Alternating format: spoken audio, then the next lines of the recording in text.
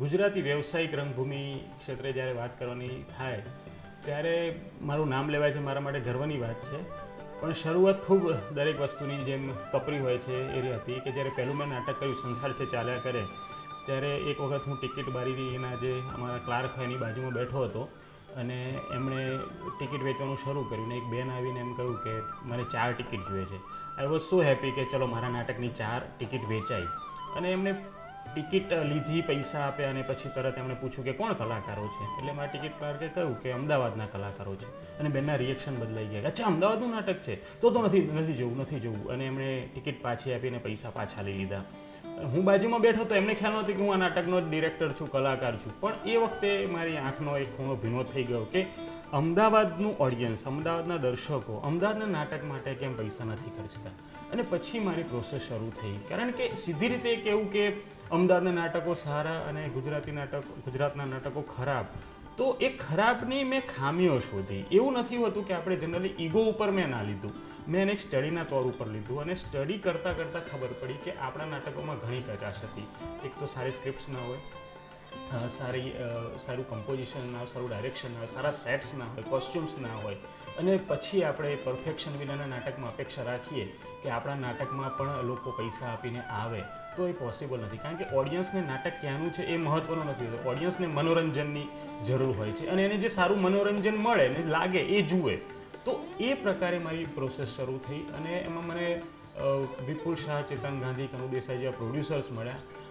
ગુજરાત કોલેજમાં જ્યાં હું ભણ્યો એ શ્રીકાંત બિલગી, પ્રોફેસર શ્રીકાંત બિલગીનું માર્ગદર્શન મળ્યું. જો એ ના હોત તો કદાચ હું આ સ્ટેજ ઉપર ના પહોંચી શક્યો હોત. કારણ કે એમણે જે મને શીખવ્યું કે એક ડિરેક્ટરની જવાબદારી શું છે નાટકમાં. અને નાટક એ આમ જોઈએ તો કલાકારનું મીડિયમ છે, પણ ડિરેક્ટર એને કઈ રીતે બહેતર બનાવી શકે છે, કઈ રીતે એને લોકો સુધી સારી રીતે પહોંચાડી શકે છે, એ શીખવ્યું. સુરેશ રાજડા જે છે ખૂબ ખ્યાતનામ ડિરેક્ટર, એમણે મને ડિરેક્શનના પાર્ટ શીખ્યા એમની વર્કશોપમાં. અને એમ કરતાં વાંચીને, જોઈને, અથડાતા કૂટાતા આ જગ્યા ઉપર હું પહોંચ્યો. અને એ કરતાં ખબર પડી કે એક નવું લર્નિંગ શરૂ થયું. અને પરિણામે પહેલું નાટક લખ્યું મેં, ફેમિલી નંબર 1. એ ફેમિલી નંબર 1ની જર્ની પણ એક ખૂબ નાટ્યાત્મક રહી. કારણ કે નાટક લખાઈ ગયું, પ્રોડ્યુસરને પસંદ પડ્યું, પ્રોડ્યુસરે એવું કહ્યું કે હું આમાં ઇન્વેસ્ટ કરીશ. બાકીના બધા કલાકાર રેડી થઈ ગયા. હું પણ એમાં એક નાનો રોલ ભજવવાનો હતો. મારા મગજમાં એવું હતું કે હું આમાં નાનો રોલ ભજવું અને ડિરેક્શન કરું, મોટા રોલની જવાબદારી મારે નથી લેવી. પણ ત્યાં પછી નવી સ્ટ્રગલ શરૂ થઈ કે અમદાવાદના લગભગ 3-4 મોટા કલાકારો, જે સિનિયર કલાકારો હતા, એમને મેં કહ્યું કે તમે આ રોલ ભજવો. તો વારાફરતી બધાએ નાટક વાંચ્યું. કોઈએ કહ્યું કે મને ડેટ્સ નથી, કોઈએ કહ્યું કે આને મને હમણાં નહીં ફાવે, કોઈ એવું કહ્યું કે આને નાટક ન કહેવાય. તો ફરી પાછો ફ્રસ્ટ્રેશનનો પિરિયડ શરૂ થયો કે હવે શું. નાટકના 4 દિવસ બાકી હતા એના પહેલાં શોના. અને પછી એક એવો જવાબદારીવાળો પડાવ આવ્યો મારા ઉપર કે એ રોલ મારે જ ભજવવો પડે. કારણ કે પછી તો નાટક સફળ કરવા કરતાં એક શો કરવો અગત્યનો થઈ ગયો હતો કે પહેલો શો થાય. અને હું રાઇટર ડિરેક્ટર હતો એટલે મને ડાયલોગ્સ યાદ હતા. તો ટીમનું એવું હતું કે ચલો એક તું કરે તો નાટક આપણું સચવાઈ જાય, એક શો તો થઈ જાય.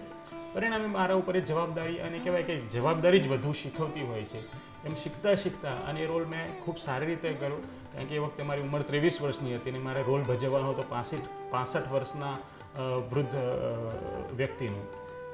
તો એ કરતાં ખબર પડી કે ગેટઅપ બનાવ્યો, પછી વીગ પહેરી, મેકઅપ થતો, લગભગ અડધો-પોણો કલાકનો મેકઅપ થતો. અને પછી સ્ટ્રગલ કરતાં એમ એ નાટકના ખૂબ શો થયા. અને પછી ગર્વ થાય છે કે એ તકલીફ પડી, પણ પછી એ નાટકના અહીંયા 100 શો થયા ગુજરાતમાં. અને નોટ ઓનલી ધેટ, અત્યાર સુધી ત્યાં સુધી એવું હતું, એટલે 2000ની સાલ, 1999-2000ની સાલ સુધીમાં કે મુંબઈથી સ્ક્રિપ્ટ ગુજરાતમાં આવતી હતી અને અહીંયા ભજવાતી હતી. એ વખતે ઉલટું થયું કે મારું એ નાટક, મારું જે ફેમિલી નંબર 1 નાટક હતું, એ મુંબઈના બહુ જ ખ્યાતનામ નામી પ્રોડ્યુસર છે શ્રી કૌસ્તુભ ત્રિવેદી, અને એમણે નાટક મુંબઈમાં જોયું. અને એ નાટક જોઈને એમ કહ્યું ઇન્ટરવલમાં કે દીકરા બોલ, આ સ્ક્રિપ્ટના પૈસા બોલ, મને આ નાટક ગમી ગયું છે. ને એ વોઝ સો હેપી. અનએક્સપેક્ટેડ આખો એમનો રિસ્પોન્સ હતો. અને એ મારું નાટક ત્યાં ભજવાયું. ત્યાં પણ અમિત દિવેટિયા જેવા સુસજ્જ ડિરેક્ટરે એને ડિરેક્ટ કર્યું. મિનળ કરપે, અભય ચંદારાણા, વિપુલ વિઠલાણી જેવા કલાકારો એને એક્ટ કરી. ત્યાં પણ એના લગભગ 80 શો થયા. અને અત્યારે લગભગ અમે એ નાટકના 250 જેટલા શો કરી શકીએ છીએ. પછી તો એક પછી એક નાટકો કરતો રહ્યો. પણ આ સ્ટ્રગલ એ હતી, અને સ્ટ્રગલ શીખવે છે એમ હું શીખતો રહ્યો.